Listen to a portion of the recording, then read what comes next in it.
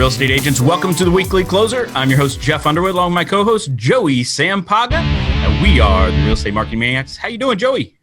I'm doing well, guys. Got my coffee in place. Hey, by the way, my wife bought me this cool flask mug for Father's Day. I'm not a father. I just have dogs, but this is so awesome. It keeps your coffee like warm for 24 hours.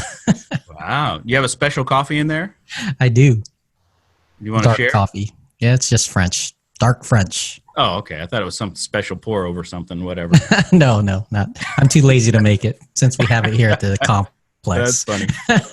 Hey, guys. So we have an exciting guest with us today, all the way from Naples, Florida. That's Pinky Knows Naples with Remax Realty Team. How you doing, Pinky? Pinky. Hello, boys. Thanks for having me back. I'm super excited to be here with you guys again and have some fun. We're going to have fun today, right? Yes. Absolutely, we are. Yeah, you know what? I'm stoked to hear about how video has impacted your business, because you are all over the place down there. Well, not only there, but you travel the country now, right? Talking about this stuff?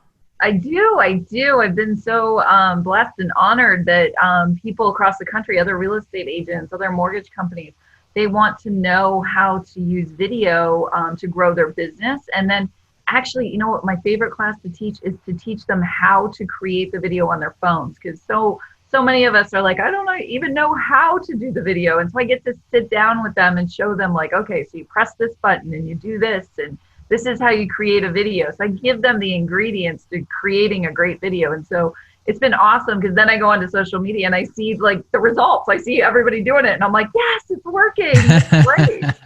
Oh, that's great. That's great. Well, since you just started with that, what phone apps are you recommending right now for video? Yeah. Well, I have to tell you, the one that I teach on is inShot. So it's inShot. Oh, and okay. it works both on Droid and on Apple. So that's the biggest thing, because when you are trying to teach social media and video, one of the biggest hurdles with video is that some apps aren't on the other app, or they don't work the same. So inShot is probably the best one that I have seen that actually does seem to work exactly the same on both phones. There's a couple little differences with Droid, but for the most part, very easy to get into and use. And the best part is it's free. That's my little tagline. Free is good. Free, totally free. Oh, hey, before we get into the video stuff, you were just in Kansas City, weren't you? Not too long ago? I was in Kansas City. Look who's paying attention to where I've been. Well, so I'm from that area, so that's why I thought, oh, she's in my own old stomping ground a little bit up there. Yes, that's my second time to Kansas City. Remax, we have a region there, so it's Mid-State Dixie region, and they had me up. I did New Orleans, and then I went into Kansas City, and I got to have a little bit of barbecue and find my Mark Twain sitting on a bench in downtown Kansas City. So if you know me well, I'm a big Mark Twain freak, so I was excited to find him there. There's actually 2 Mark Twain statues in Kansas City, so pretty cool. Absolutely is.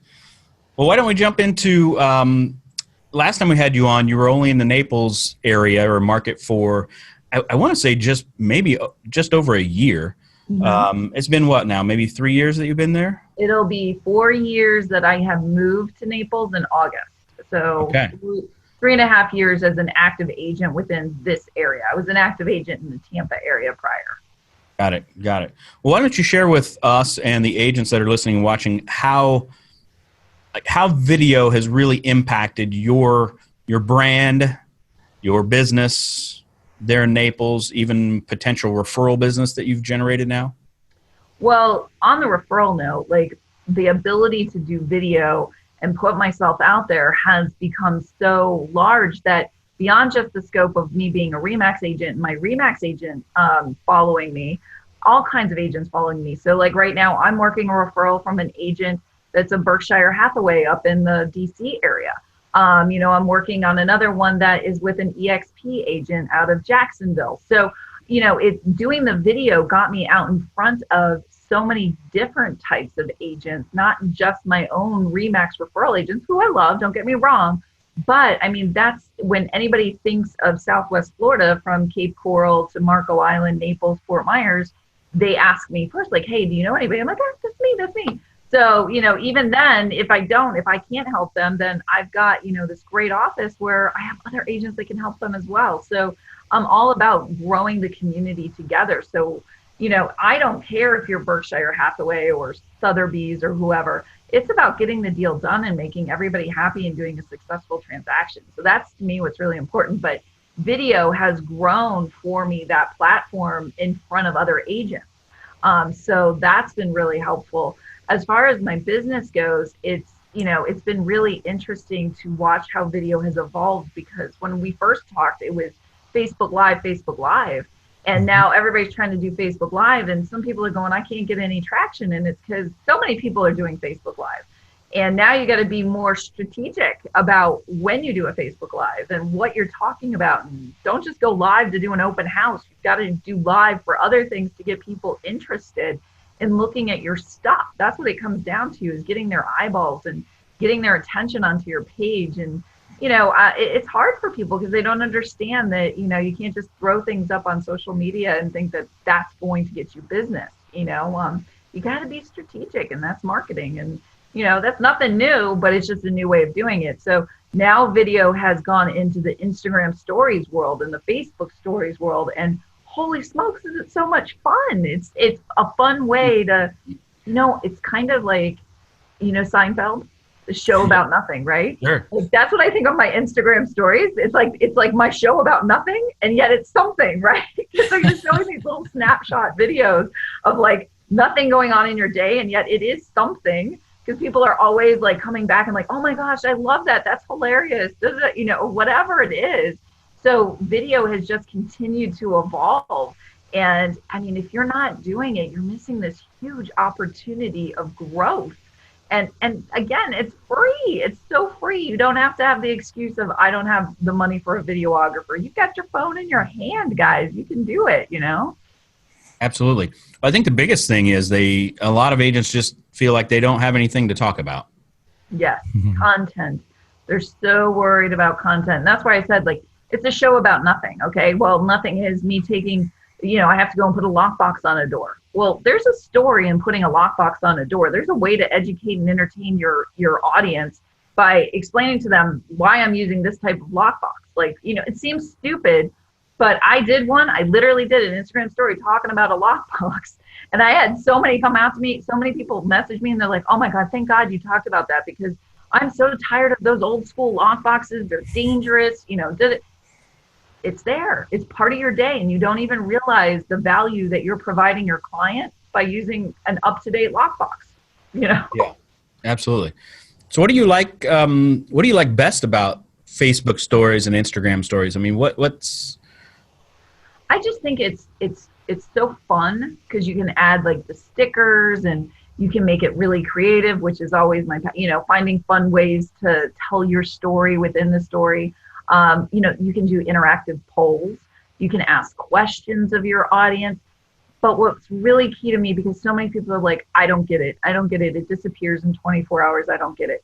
First of all, I remember when Facebook came out and people were like, I don't get it. So, whenever there's an I don't get it situation, that usually means you better get it, right? So, that's the first thing. It's in 24 hours. Yeah, it disappears in 24 hours. But the glory of it is that these people that are pushing that bubble to go in and look at your stuff are doing it with intention. So it's not just showing up in their timeline and they're like, oh, why is this here? I haven't liked this person's stuff in 6 months. They're pressing that button with the intention that they want to see what you're up to. And those people are either going to be your biggest fans or they're your stalkers.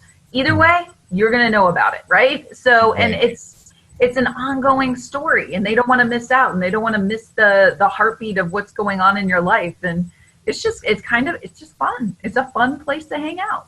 So Pinky, what's the difference between posting on your feed versus a story, and when do you do what?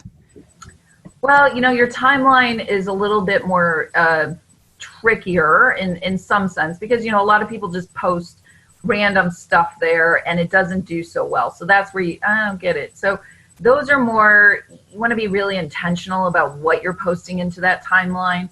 Really pretty pictures, really great videos. I posted one yesterday of me trying to get on a floaty flamingo, you know, those big pink floaty flamingo. Needless to say, I did not do it well. So you know, it's an eye-catching video that kind of, they're like, oh, look at Pinky falling off a flamingo, right? So those are the types of things that you want to put out there on your timeline. The Instagram stories, the Facebook stories, those are the behind the scenes of leading up to me falling off the flamingo, or why was I on the flamingo? Well, it was girls' weekend. Anybody that was there would have known. So it's the story behind the story. Makes sense. Well, you know, the reason why, well, before I was hesitant to do stories because it did disappear in 24 hours. And I used to think, oh, wow, I'm wasting all my time for this thing to disappear in 24 hours. Now, I understand that you can download what you've recorded or what's on your storyline, but at the same time, you just think, oh, I'm doing all this work to just get rid of it in 24 hours. Yeah, no, I totally get it. Once you start to dive in and you start to see the results and you see that people enjoy it and that it's very, like I said, very intention. They have this intention of being there, being with you. Then you start to really see the value of what it is, you know. But that's not to say to run away from Facebook. I mean, a good point, you know, a good part of my audience, my video people are on Facebook. So you don't neglect another platform. You just have to learn to adapt to it and figure out how it can work for you in both scenarios. I've taken Instagram stories and put them into inShot, actually, create a longer version video of it, and then posted that on Facebook. So you can repurpose that content and you're not wasting your time. Sure. No, that makes sense. And a good tip that I heard was with the feed or your timeline, like if you got a listing, you post information on the listing. But if you're doing open houses or you're just doing a tour or whatever it is, then you do Instagram stories, which then points to your timeline with the main information about the house. Yep. That's what I would do. Yeah.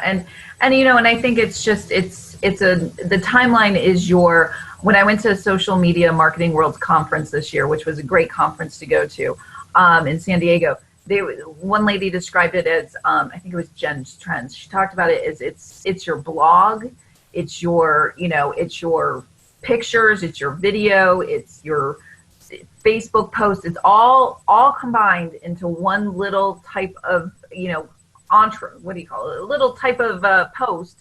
You get all of this information in one place. So it's really cool if you look at it that way. Like, don't just post to your Instagram story or your Instagram timeline and then walk away. Like, you've got to give the hashtags, you've got to put in the story, you've got to tell what the picture is about, you know, otherwise it is a waste of your time, no matter what you do. Makes sense. Yeah. I think a lot of people too feel like, well, I don't have that many followers, right? But I think that it's not about how many followers necessarily. It's probably more coming down to, are they the right people? Mm-hmm. Right? Yeah, it is. And you know, and on that sense, I'll talk a little bit about YouTube for a second. Like, I have a YouTube channel, used it for years, and it's a whole nother beast. And when I talk about YouTube, I actually say, you got to follow my friend Karen Carr, because she does YouTube for real estate agents, and she knows YouTube. Like, she knows it like the back of her hand. But my intentions with YouTube are different than other, you know, I'm not looking for the viral video. So when it comes to, say, followers, I'm not worried about having 5,000 followers, because I'm talking about real estate. It's not that interesting to everybody at that given time. But what YouTube is great for is taking your listing video and putting it up there, right? Now you have the YouTube link, and you go over to your CRM and you go, okay, I've just done a price reduction. I'm going to send this to all of my clients with the words in the subject line, video, you know, big price reduction, wait till you see what we're giving away. So you tease them. You put the word video into your subject line, which automatically pushes your open rate up 19% just by using the word video. Wow. Then you put this in, and you have the YouTube link in there. Now you can go to your YouTube page and say, okay, I had 50 views yesterday. Now today I have 100. That means that 50 people watched that, and those people had huge intention about, you know, going in and specifically watching that video. So to me, that's more important than just having 1,000, 2,000 views on one particular video, because I know that the intention was there, that my buyers were driven there by me to see that So that's where the whole, don't hang yourself up on followers. If you're getting a reaction, if you're getting people engaging with you, The only thing I say about views or followers is that it should steadily be growing. If you don't see growth, then you do know that something's not working. That's what I say. Yeah, absolutely.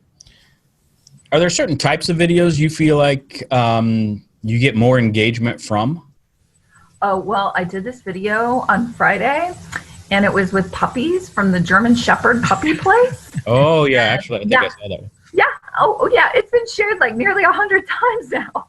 So I will tell you, get yourself a puppy and do a video. But no, you know what type of videos do better is videos that aren't about you. Videos where you're showcasing your community, things that you love about the community, and highlighting other people within your community. And those types of videos are going to do so much better than just, hey, here I am at my 3-bedroom, 2-bath tour of my home. If you're going to do those three, and I do those all the time, the 3-bedroom, 2-bath, try to come up with ways to make it interesting. Like tell them 5 fun facts about my golf community that you didn't know, 5 fun facts that you didn't know about this neighborhood. So that way you're kind of driving them in to find out things about the community, not necessarily just the property. And then it makes you look twice as knowledgeable. Oh, she has a property and she has knowledge about the community. So, there's interesting ways to showcase homes without just doing the welcome to the, I call it the Vanna White, welcome to the 2-bath home, because we've so many of us have started doing it. It's now like, nobody wants to watch it unless they have huge intention of buying that particular house, or it's your mom. Yeah, or bring your puppy. I'm going to do one where I'm going to say, you adopt this puppy for this house. Yeah. So you mentioned Facebook, Instagram, both stories and the timeline, and YouTube. With Facebook and Instagram, because most people will have both, mm-hmm. Do you normally post the same stuff on Facebook that you do on Instagram? No. And it's not to say that I don't ever do it, but I might be more strategic about, I might post one on one day on Instagram, and then I might wait a week and post it somewhere else. I'm always changing it up. So some people that might follow me on all the pages, they might see oh, she posted about that last week, but I try to spread it out and give it a little bit of a difference. And then I'm going to throw in LinkedIn here. LinkedIn is a great new site. Not new, but it's really become a new, coming up and coming again, right? It's become a great place to post your contact information and all that good stuff. But it's also become a great place for your videos. And one of the ways that you take a video that you've done and you showcase it on LinkedIn with more advice, because that's a place where your advice is appreciated, your knowledge is appreciated. So saying something different in that forum versus what you would on Facebook, I might take oh, I had a closing, and I might post that and say, hey, this is my recent closing. I'm so excited for this couple. Did you know that they were a referral for me from a great client up in Ohio who said, they were looking for somebody in Naples. So they thought of me. I have referral partners across the country. So if you need somebody in Arizona or you need somebody in Canada, please think Pink. So you're kind of telling them a different story in a venue that wants your education level. A lot of people don't want to see that on Facebook. They're there for fun and happiness. They're not there to be educated in a traditional Makes sense. Yeah. I think a lot of agents too get caught up on they want it to be professional, right? They're like, oh, I need to, go to a studio. It needs to be professional. I need to have perfect lighting. What's your opinion on that? Well, first of all, I'm going to know your opinion, I'm sure. My opinion on it is I'm currently sitting on my bed because I couldn't go out into the she shed to do a video with you because it's storming today. So you got the bedroom view. So that's how I feel about it. No, here's the thing. I get where you're coming from. And I do think that just to have it in your repertoire, to have that commercial made, I have one, go ahead, get one made. That's fine. But the idea that every single video has to be a professional video is, number one, it's an excuse. Okay, that gives you the excuse. Number two is, I ask these people, because when I teach the class, this is the first, you're not going to walk out of here with a commercial. That is not my goal. It is not to teach you how to create a commercial, because what do you do when you see a commercial? you either swipe past it, you wait until that 15 seconds is up to X out of it, you go to the bathroom if it's old school commercial time, right? So, or you look at your phone. You're not engaged with a commercial. So why do you think you're going to create some amazing commercial that people are actually going to tune into? And if you look at commercials like on Instagram stories or wherever they're at, they are dumbed down to look like or are shot on an iPhone or Droid. So it looks like it's just somebody else doing, because they know that you're more likely to engage with somebody who looks like you than Cindy Crawford chucking her Pepsi down and we're going, wait a minute, I don't look like Cindy Crawford. I've been drinking Pepsi for 20 years, you know? So, you know, I think that like getting hung up on that professional thing, it's just an excuse. It's just an excuse. And you have to get over that mindset. And I see that a lot more with the late, like the 40, my generation, the 40s on up, because they grew up with the commercials. The younger generation, the millennials, they're not so worried about that. That's not a big issue for them. That's true. Cool. So what do you see in the future for video? I mean, what do you think is out there on the horizon with video? Newer things? I don't know. Where do you think it's going? I firmly believe that it is the way that we're going to continue to communicate with people. You know, whether it's in situations like this with Zoom or, you know, with BombBomb and doing email videos to people, because we've gotten to the point where when we write something out, we are so geared to look at it from 100 different ways, and we take it in 100 different ways. If you can understand what I'm saying, like you get a text message and you're like, what does she mean by the ... Okay, I'm a big, like, I don't understand that ... When people do that, it kind of freaks me out. I'm like, are they implying something that I don't know? But my point is that when you get those text messages or that email and suddenly you can't understand the tone of the message and nobody picks up the phone to call people anymore, you're like, I think she's mad at me. Whereas when I do the video with you and I'm like, hey, everything's great, don't worry about the inspection, you know, it comes off a whole lot different than what I might type out. So I think that as we go forward, it's going to be the way that we start to communicate with people, because it's natural to us, because for some reason we don't want to talk on the phone anymore, but you know. Yeah. Oh. Yeah. Well, we get so many of those darn robocalls and all that stuff anymore that nobody wants to pick up. No, this is important from Google. We have your account. Do you get that one out in Arizona? Like where they're like, your Google business needs to be updated. Like, yeah. You know, last week I got one from Russia and one from Colombia. Oh. I didn't answer it, of course, but that's... They're getting more creative with the area codes. I guess so. No, this is great information. I do appreciate it. Let's see what else I have on here. So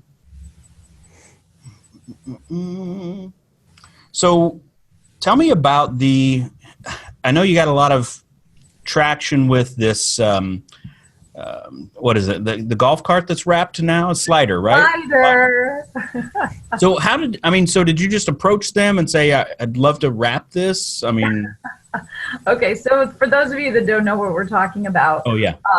We have in Naples, I understand you have them out in Arizona as well. We have electrical golf carts that, you know, you charge them and they drive them around town. And basically they work for tips only is how it is, or it might be a nickel or something like that.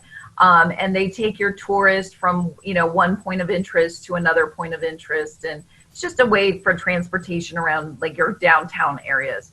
So we have them here in Naples, and it's run by a friend of mine, Mike Trambino, who he calls it Slider. And it actually is funny how it came to be. Probably about a year and a half ago, I went out to do a Pinky Knows Naples with him because he had just started. And we get out there, and he's a young guy, you know, he's in his 20s.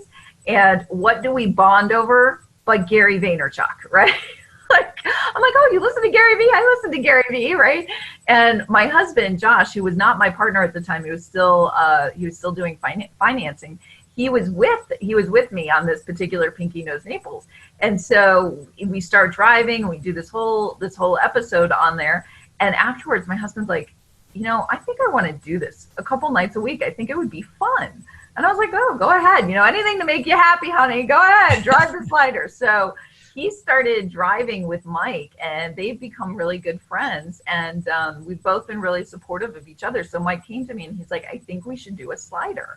And I was like, you know, okay. And it was funny because at first I was like, I don't know if we should put my face on there. And both the guys were like, oh, I don't know either. It's kind of cheesy, you know? And so I was really nervous about putting my face on there. But then they were like, no, you've got to do it. It's part of the branding and your pink hair. And so they did it. And it's been so funny. Like everybody's like taking, like, I saw your slider downtown. I took my picture with it. And I'm like, what the heck? Like I had no idea that it was going to be such a big thing. It's pretty funny to me, but okay. Yeah. Cool. I think it turned out really nice. I mean, it looks super cool. They did a great job with it. It's really pretty. Yeah, we have. Jeff, you should do one on the slider in Chandler. There we go. Yeah, they don't call them sliders. They call ours is called the Wave. I don't know. They came up with a name called the Wave.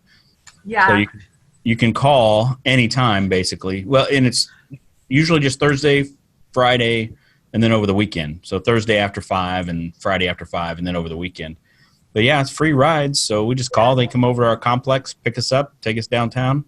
Yeah. So. Yeah. And then we did a ride last week in honor of my son Sawyer's birthday. I was going to ask about how that went. Yeah. We raised nearly $5,000. So it all went to Children's Miracle Network, and so Josh and I were super proud of that. It was hard. It was the first time we've ever done like a major fundraising type thing, and something that we've wanted to do. And like we went to Mike with the idea of using Slider, and he was totally on board. And it was a fun way to do fundraising, where it wasn't just like, you know, hey, I'm going to be doing this for my birthday on Facebook, which is fine. I'm nothing against that, but it was just a different way. So like next month I'm doing a celebrity bartending. God help them. I have no idea how to bartend, but I'll be doing a celebrity bartending, and all the money for that will go to Children's Miracle Network as well. So only take the beer and wine orders.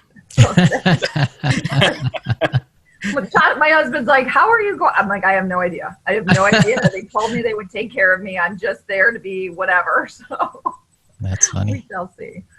No, that's amazing. So if somebody goes back and looks at your story and sees the slider and the event that you did for fundraising, in honor of your boy, if they decided to give, I mean, can somebody still give, even though I know it was that big event?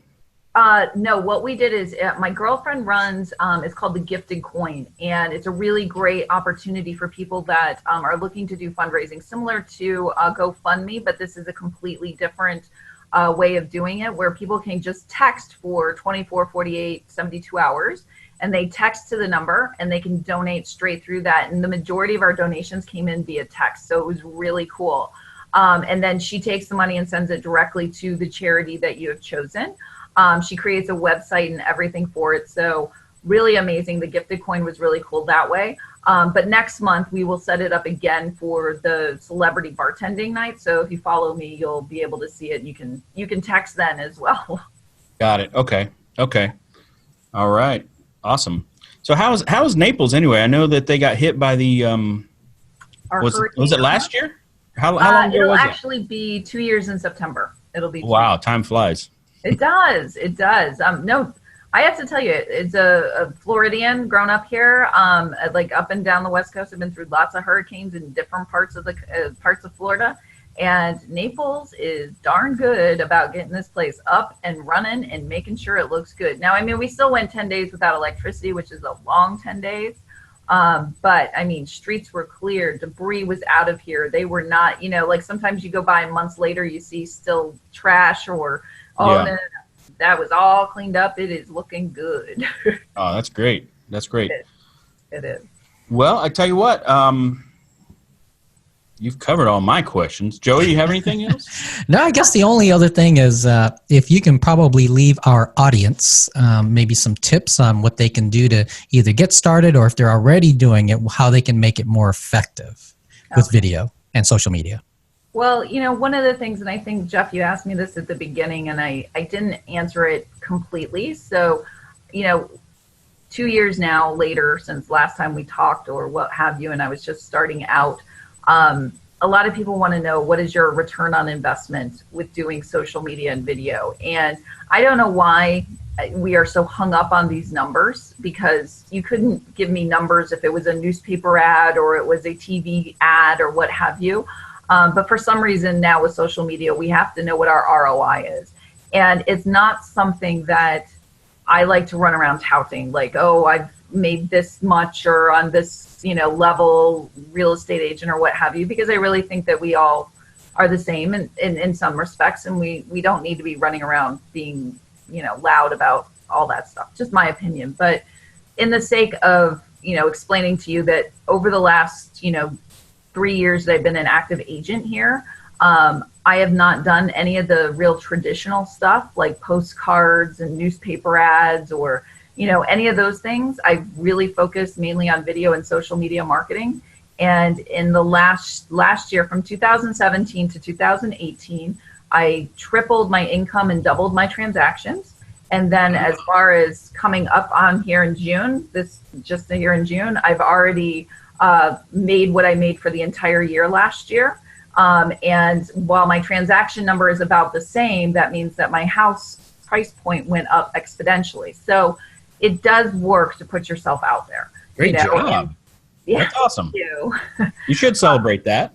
Well, thank you, but it's not always about the numbers, and I don't want people to get discouraged and feel like, oh, I'm not performing at this.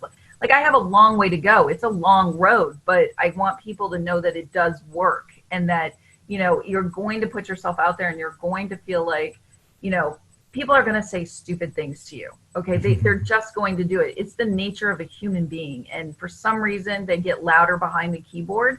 And I had somebody say something on one of my posts, and it was, she looks like she could sell your soul at a garage sale or a flea market. Oh no! Like she could sell your soul at the flea market. I mean, it was just dumb. I don't even know what it means, but he was just saying it to say it, and he just wants attention. It's a fake profile, and that's what you got to realize is, don't let that kind of stuff stop you. You're doing this because ultimately, for me, I have children that I have to feed. I have a house that I have to pay for. I have goals. And it's not about whether or not you think I could sell your soul at the flea market or not. It's about whether or not I can sell the house. Okay, so you got to kind of get over that. So that's one of my big tips for you is, don't get so hung up on perfection. Don't get so hung up on, this isn't the right moment for this video. It's not, just put it out there and see what happens, and play with it. It's play with different forms, because I've put a video up on Instagram and it's done so much better than it's done on Facebook. So play with the different places, see where it does well. Go on your LinkedIn profile, try it out. Maybe LinkedIn's the place for you, maybe Twitter's the place for you. Just play with each different one and at least know how they work a little bit, and see which one is going to be the one that could be your place that you belong in. I mean, I love Facebook Live, but like I said, I've really enjoyed Instagram stories. So get out there and don't be overwhelmed by technology. That's the biggest thing, especially for the 40-year-olds and up. They really get in there, oh, I didn't grow up with this, and I don't know how to do that. And it's like, come on, you didn't grow up knowing how to drive a car either, and you figured it out. I feel for the 80-year-old, like my parents are 80, and they just got a new car, and it's got all of those gizmos and things in there, and I'm like, they have no key anymore. They don't have the key. They have this big thing, this screen up there that shows them like how to navigate. My father is like, what's going on here, right? So I understand that you didn't grow up with it, but do you think the car dealerships or the car manufacturers really worried about that? No, because they know that the next generation wants it. So you have to be ready for that next generation. Absolutely. So a funny thing I saw a car commercial the other day. I don't watch commercials hardly ever, but I did see this one. And two guys get out of a car, probably in their late 20s, early 30s, get out of the car. One guy clicks no, he doesn't even lock it. He just walks away from it. And the other guy's like, don't you need to lock that? He goes, nope, it's a stick shift. Meaning nobody knows how to drive those anymore. Exactly. It's crazy, right? Like, but I mean, it's a skill that you need to know how to use should you ever come across the stick shift, right? But at the same time, you need to know how to like maximize using the car in today's technology too. You know, you need to know, you know, like my parents get in the car and they're like, what's that noise? How did you do that? What's going on? And I'm like, would you just focus on the road? Like, don't worry about it. No, it's been great information. Thank you so much for coming back on. Oh, thanks for having me, guys. I appreciate it. How do agents follow you? You have, I know they can go to Pinky Knows Naples on Facebook, right? Facebook and Instagram. It's Pinky Knows Naples. And then I do have a group on Facebook. I was going to ask about that, but I didn't know if it was just wide open or what. So. Oh, no, you just ask to join and then tell me what industry you're in. You got to answer the one question. But it is Pinky Knows Video, and it's a sprinkling of a lot. It's a lot of video, but it's also a sprinkling of social media and some things that I have learned through, you know, my friends like Katie Lance and Chelsea Pites and all of those great ladies. And there's some guys in there too. But yeah, so it's a great place to come in and feel comfortable posting a video or asking a video question. And, you know, it's growing, it's doing well. So I'm pretty excited about it. Absolutely. Awesome. So before you go, I'm going to ask you one question. Oh. So of all the places that you visited to do your, you know, your video training and stuff with Remax and all that, if you were going to buy a second home or vacation home in one of the places that you've gone, where would it be? San Diego. Oh, that was quick. Oh, yeah. I loved San Diego. I've been there twice now in the last year. And it is very similar to Florida. It's got the palm trees, it's got the good weather, but then you have the mountain, the cliff, the beach, you know, so you've got a little bit of both going on there. I really like the vibe in San Diego. Now, if I could ever afford to live in San Diego, that would be a whole nother. Yeah, I really did like it. San Diego was nice. Awesome. Awesome. Well, Pinky, thank you so much for being on. We truly appreciate you coming on here for sharing your wisdom about video. It's awesome. We love to see how you've grown. Oh, thank you guys. You've been so supportive. I love the support, and I'm always here to help anybody. So thank you so much for having me. And thank you as well. All right, guys. Hey, until next time, we will see you later. Adios. Bye, Pinky.